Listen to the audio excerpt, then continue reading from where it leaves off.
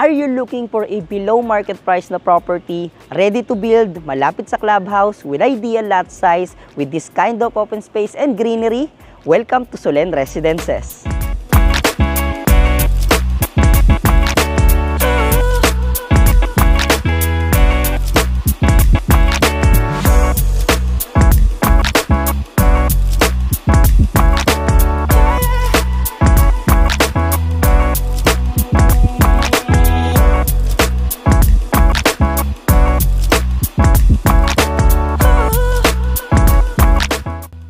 In this video, pupuntahan natin yung mga bagong listing natin dito sa Solen Residences. And by the way, kung bago ka lang dito sa ating YouTube channel, no, Solen Residences is located in Greenfield City, Santa Rosa, Laguna. It is very near to Paseo Outlet Mall because that's also a Greenfield development.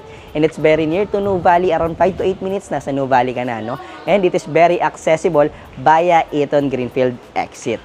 And before we dive in, guys, let me introduce myself. I'm Carwin Orga, your Prime Properties, and welcome back to our YouTube channel. And right now, andito tayo ngayon sa ating amenity complex dito sa Solen Residences. This is a 1 hectare amenity complex development. It has a infinity pool, gym, kids play area, meeting room, no, and marami pang iba.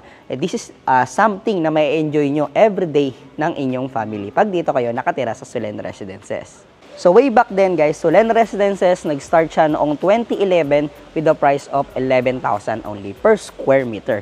Now with the expansion of Paseo and the development here in the area and the continuous demand of residential, the price now start here at 45,000 to 52,000 per square meter. That is the Solen Phase 1C extension. From the price of 11,000 per square meter noong nag-start itong Solen Residences. And right now, nasa 52,000 per square meter na po ang price ng property dito. So, dumaan na dun yung pandemic. So, napatunayan natin na tuloy-tuloy talaga yung pagtaas ng value ng mga property dito. So, very pandemic-proof talaga itong real estate investment. Pero yung mga resale properties na pupuntahan natin in this video, nag-start lang yung presyo niya from 30,000 to 32,000 per square meter. And ang lot size naman na meron tayo doon is around 150 to around 200 square meter. So perfect na perfect yon for starting family or for an investment, no? And kung excited na kayo puntahan yun at makita, tara puntahan na natin yun isa-isa. Right now we're here on the first property listing na i-feature natin on this video. So it has a total lot size of 184 square meter. This is inner lot facing southeast. And it is available on the market for 32,000 per square meter only. So, mga around 6 million, no, pwede na mapa sa inyo itong property na ito. So, kung naghahanap kayo ng medyo hindi ganun kalaking lote for investment or for starting family, gusto nyo mag-design ng sarili nyong bahay, this is perfect. And isa rin to sa inunan natin ngayon dahil isa to sa malapit sa gate na ating available na property dito sa Solen Residences. And pupuntahan naman natin ngayon yung pangalawa, almost 5 blocks away dito. So, tara! And andito na tayo ngayon sa pangalawang property na i-feature natin in this video. So, it is 5 blocks away lang doon sa unang property na pinuntahan natin kanina. And it has a lot size of 156 square meter. Also, it is inner lot, no, and facing southeast. And it's available on the market for 30,000 pesos only per square meter. So, mga around 4,680,000 lang. And this is a best deal, no? Kasi comparing to developer's price, no, right now, nandyan lang sa kabilang bakod, the price start there from 45,000 to 52,000 per square meter. Samantalang dito, no, it is ready to build na, 30,000 lang per square meter. So, nakatipid ka dito ng mga around 17,000 per square meter. So, pag naipon din yon, around 2.6 million. So, pwede mo rin idagdag sa pagpapatayo ng property mo. So, puntahan naman natin ngayon yung pangatlong property.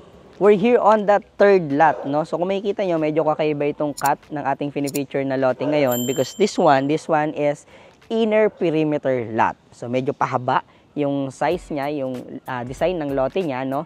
And it is facing east. So, maganda rin siya, no? Kapag may ideal kayong design ng bahay na papasok yung gantong uri ng lote, medyo pahaba. That's good, no? And it has a total lot size of 182 square meter and it is available on the market for 6 million pesos only. So pumapatak to ng around 32,000 per square meter lang. So napakamura pa rin niya. So ito yung ating pangatlong property, no? And puntahan naman natin ngayon yung pang-apat na property natin. And yun na rin yung last. Tara! nandito na tayo ngayon sa pang-apat na property na i-feature natin for today's video, no? This one, hinuli ko talaga to kasi tingin ko ito yung pinakamagandang property, no? And papasok dito yung ideal house nyo because this one, maganda yung sukat ng lote niya. It has a total lot size of 196 square meter. And this is available on the market for 30,000 only per square meter. So around, total price niya is around 5,880,000 only. So ganun lang siya kamura, and yung lot size niya also is ideal, no? Ideal sa mga gusto magpagawa ng hindi naman ganun kalaking bahay, pero at least mas malaki siya sa regular lot, no? And also it is facing morning sun, so napakaganda nun, di ba? And it is 2 blocks away lang from our clubhouse kung nasaan tayo kanina. So actually tanaw ko na nga dito yung bubong ng ating clubhouse. So ngayon, ang tanong diyan, no, Carlwin, nakapili naman na kami ng lot. Okay naman na sa amin yung presyo, yung sukat. Ang tanong, anong property yung pwede namin ipatayo dyan? Do you have ideal house or ideal design, no? Kahit yung pasad lang, no? So ngayon, pupuntahan natin yung mga model houses niya. Ipapakita ko sa inyo para at least magkaroon kayo ng idea. So tara! And guys, nandito tayo ngayon sa ating mga model houses. Nakikita niyo sa likod ko, no? So mga 4 na design po ito na pwede nyong pagpilian, no, dun sa mga napili ninyong lote na pinakita ko sa inyo kanina. So, papakita ko sa inyo yung mga labas na hindi na tayo papasok sa loob kasi wala nang guard. Actually, hindi na rin siya na pwedeng buksan pa, no? So, papakita ko sa inyo para magkaroon kayo ng idea, no? Pero yung mga house design natin dito is more on modern Asian tropical. Kaya yung mga design niya, maraming glass and woods, and then yung kulay, no, hindi masakit sa mata, no, and sobrang ano lang, aliwalas tignan.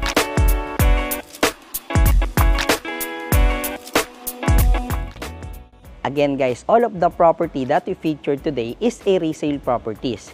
It has a different owner, that's why it has a different price. So baka may magtanong kasi sa inyo, no, Carlwin, ba't mas maganda yung isang property na yon pero ganito lang binibenta? Ba't yung isa ganito lang siya pero ganito yung price niya? So yung mga owner actually ng mga resale properties is iba-iba talaga yung kanilang pinanggagalingan pagdating sa price.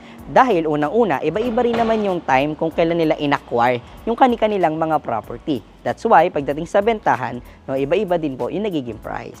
Lahat po ng property na pinuntahan natin kanina is exclusive to us. So what I mean by that, no, yung mga unit owner po nun, ng mga property na yun, is mga dati na rin naming client na in-assist namin simula nung unang investment nila hanggang sa lumawak na yung kanilang mga investment dito sa Solen or sa other properties in the area, hanggang sa nag-expand na sila, magpatayo ng bahay, and hanggang sa maliquidate na yung kanilang property. So yes po, tama yung narinig nyo, no, hanggang sa pagpapatayo ng bahay because we also have a construction company. So nakakatuwa na nakakatulong din kami, no, sa aming mga client, which is the main goal of our services. Kasi gusto namin na yung mga client namin, wala na silang hanapin pagdating sa real estate services, no. Ultimo sa pagbili hanggang sa pagbebenta is makatulong kami sa kanila.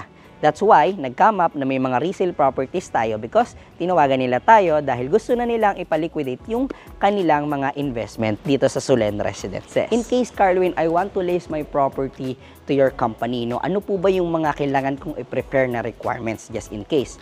So, ang mga kina-check lang naman namin na requirements is initial requirements lang naman. So, kapag magpapalis kayo ng property, kina-check namin dito yung 2 valid IDs, if spouse, no, both 2 valid IDs, and TCT, Transfer Certificate of Title. So, itong mga to naman kahit soft copy lang po, no? I-check lang naman namin kung tugma or clean title ba, no, yung inyong mga property. And next, no, is amilyar. So, gusto din namin i-check kung nakapagbayad ba kayo ng tama pagdating sa tax. If hindi naman nababayaran, wala naman magiging problema. Just be honest with us. Titingnan lang naman namin yung inyong mga documents kung tugma yung mga pangalan, no, na nakasaad dun sa mga documents. And sa pang-apat naman is ATS, which is our company will provide, no. This is authority to sell. Katunayan na gusto nyong ipabenta yung property ninyo sa amin, no. Para pag hinanap din ng buyer, yung katunayan na kami ay kumbaga connected sa inyo, so meron kaming maipapakita. Dun sa ATS naman nakasaad doon yung mga halaga ng property kung magkano nyo gusto ipabenta. So that is on our side naman. Kami na yung magpo-provide, no. Yun lang naman yung mga requirements na need nyo i-prepare. Yung 4 na property na pinuntahan natin kanina is only phase 1. So makita nyo, lahat yon phase 1 pa lang, no? Sinadya ko yun na phase 1 muna yung ating i-featured ngayon because napakarami pa nating listing dito sa Solen Residences. So meron pa tayo sa phase 2, sa phase 3, no, na i-feature ko rin siguro next week. So make sure lang na nakaabang kayo sa ating YouTube channel. Mas maganda if nakasubscribe kayo para palagi kayong updated sa ating mga bagong available na property. And also, palagi din kayong updated sa development within Metro Santa Rosa, Laguna.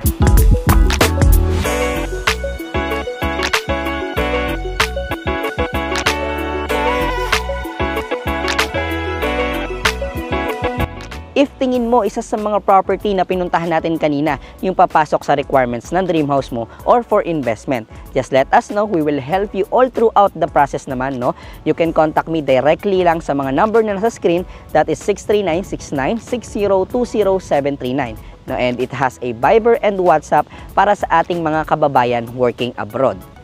That's all for today, guys. Thank you for watching and see you on my next one.